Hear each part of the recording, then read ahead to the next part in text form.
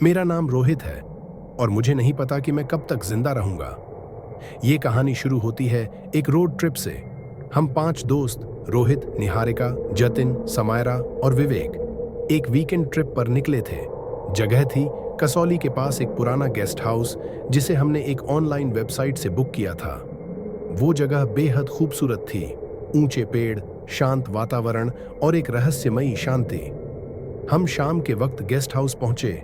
देख रेख करने वाला बूढ़ा आदमी रघु काका हमें देखकर बोला, रात होते ही दरवाजा बंद कर लेना और 11 बजे के बाद बाहर मत निकलना। हम हंस दिए, लगा कोई पुरानी सोच वाला आदमी है। लेकिन तब हमें नहीं पता था कि वही सलाह हमारी जिंदगी बचा सकती थी। रात करीब 10:45 पर हम सब बोनफायर के आसपास बैठे थे, म्यूजिक चला रहे थे और हंसी मजाक कर रहे थे। अचानक लाइट चली गई।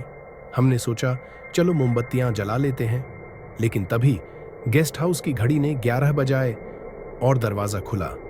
बिना किसी हवा के वो दरवाजा अपने आप धीरे धीरे खुला और तभी जतिन गायब हो गया। हमने पलटकर देखा, जतिन वहां नहीं था। हमें लगा कोई प्रैंक कर रहा है, लेकिन अगले ही पल एक जोरदार चीख सुनाई दी। गेस्ट हाउस के पीछे से हम डर गए। विवेक और मैं टॉर्च लेकर बाहर निकले, लेकिन वहां कोई नहीं था। तभी समायरा ने कमरे से चिल्लाकर कहा, नीचे आओ। निहारिका। वो जब हम अंदर पहुंचे, निहारिका एक कोने में कांप रही थी। उसकी आंखें कुछ अजीब सी थीं, जैसे उसने कुछ ऐसा देखा हो जिसे इंसान सहन नहीं कर सकता। और फिर घड़ी ने 12 बजाए और अगले ही पल हम सब वापस उसी जगह थे। शाम के वक्त जब हम पहली बार गेस्ट हाउस में घुसे थे, सब वैसा ही था। रघु काका वहीं खड़े थे, गेस्ट हाउस वैसा ही था। हम सब ने एक दूसरे की तरफ देखा और तभी जतिन, जो पहले गायब हो चुका था, वो हमारे साथ फिर से खड़ा था, जैसे कुछ हुआ ही नहीं। लेकिन हम जानते थे कुछ तो बहुत गलत था। हम वापस उसी जगह पर थे, वही शाम, वही मौसम, वही हवाओं की सनसनाहट। लेकिन इस बार हम सब डर चुके थे। जब जतिन ने मुस्कुराकर कहा, चलो अंदर चलते हैं, बहुत थक गए हैं, तो हम सब चुप हो गए। उसका चेहरा वैसा ही था, पर उसकी आंखें वैसी नहीं थीं। वो जतिन नहीं था, या शायद अब वैसा नहीं रहा था। विवेक धीरे से मेरे पास आया और फुसफुसाया, तूने देखा उसकी आंखें? लाल सी थीं, जैसे किसी बकरी की। हमने तय किया कि इस बार हम कुछ भी वैसा नहीं दोहराएंगे, ना बोनफायर, ना म्यूजिक, ना हंसी मजाक। लेकिन जितनी कोशिश की उतनी ही ज्यादा चीजें दोहराने लगी। रात 10:45 पर लाइट फिर गई और 11 बजते ही दरवाजा फिर अपने आप खुल गया। लेकिन इस बार समायरा गायब हो गई। हमने चिल्लाया, दौड़कर बाहर निकले, पर कोई नहीं मिला। मगर तब कुछ नया हुआ। रघु काका, जो पहले सिर्फ चुपचाप खड़े रहते थे, अब हमें रोकते हुए बोले, तुम सब फंस चुके हो। ये गेस्ट हाउस एक फंदा है। हर बार एक जाएगा और हर बार तुम लौटोगे, लेकिन हर बार तुम में से कोई एक वापस नहीं आएगा। हमने गुस्से में उनसे पूछा, क्यों, क्या है ये सब? रघु काका ने कांपती आवाज में कहा, 1947 में यहां एक ट्रेन दुर्घटना हुई थी। मरने वालों की आत्माएं यहीं बसी हैं, लेकिन अब वो आत्माएं समय के साथ भूखी हो गई हैं। वो हर साल 5 लोगों को चुनती हैं और उन्हें एक ही रात में कैद कर देती हैं। तुम भी अब उन्हीं में हो। मैंने कांपते हुए पूछा, तो इससे बाहर निकलने का रास्ता क्या है?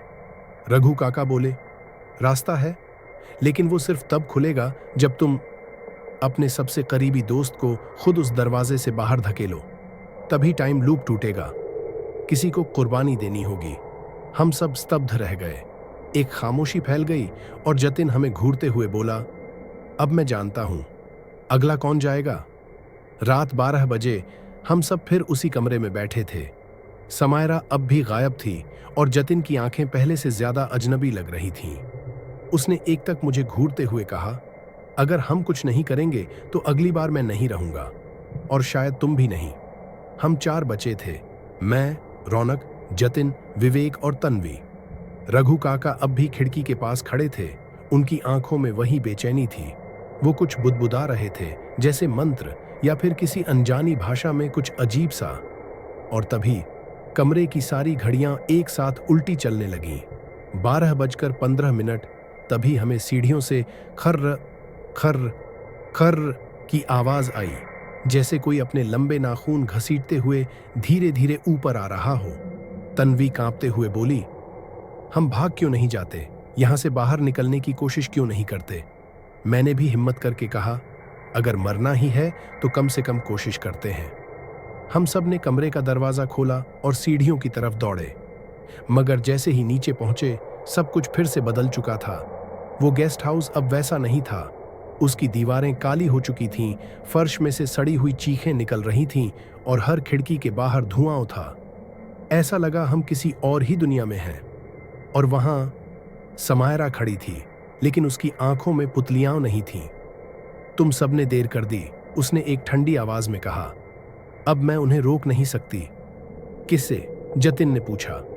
उन्हें जो भूखे हैं, जो दर्द में हैं, जो हर साल अपने हिस्से की आत्माएं लेते हैं। और तभी पीछे से एक हाथ आया और विवेक को धुएं के अंधेरे में खींच लिया। हमने चिल्लाया, भागे, लेकिन उसकी आवाज कुछ ही पल में गुम हो गई। तीसरे टाइम लूप में अब हम सिर्फ 3 थे। रघु काका की आवाज फिर गूंजी, अब सिर्फ एक रास्ता है, कोई एक किसी एक को धोखा दे, वरना तुम तीनों हर रात मरोगे, फिर जियोगे, पर निकल नहीं पाओगे। हम सब एक दूसरे की ओर देखने लगे। अब सवाल सिर्फ ये नहीं था कि कौन बचेगा, सवाल ये था हम में से कौन सबसे पहले धोखा देगा।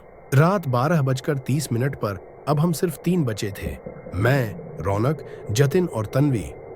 विवेक जा चुका था, समायरा अब इंसान नहीं रही थी और रघु काका की बातें अब सीधी धमकी जैसी लग रही थीं।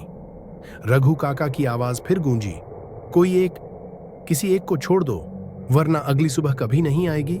तन्वी की आंखें भर आई थीं। उसने मेरा हाथ कसकर पकड़ा। रौनक, हम सब साथ निकलेंगे, प्लीज, कोई किसी को धोखा मत देना। पर जतिन का चेहरा बदल चुका था। वो चुपचाप पीछे हट रहा था।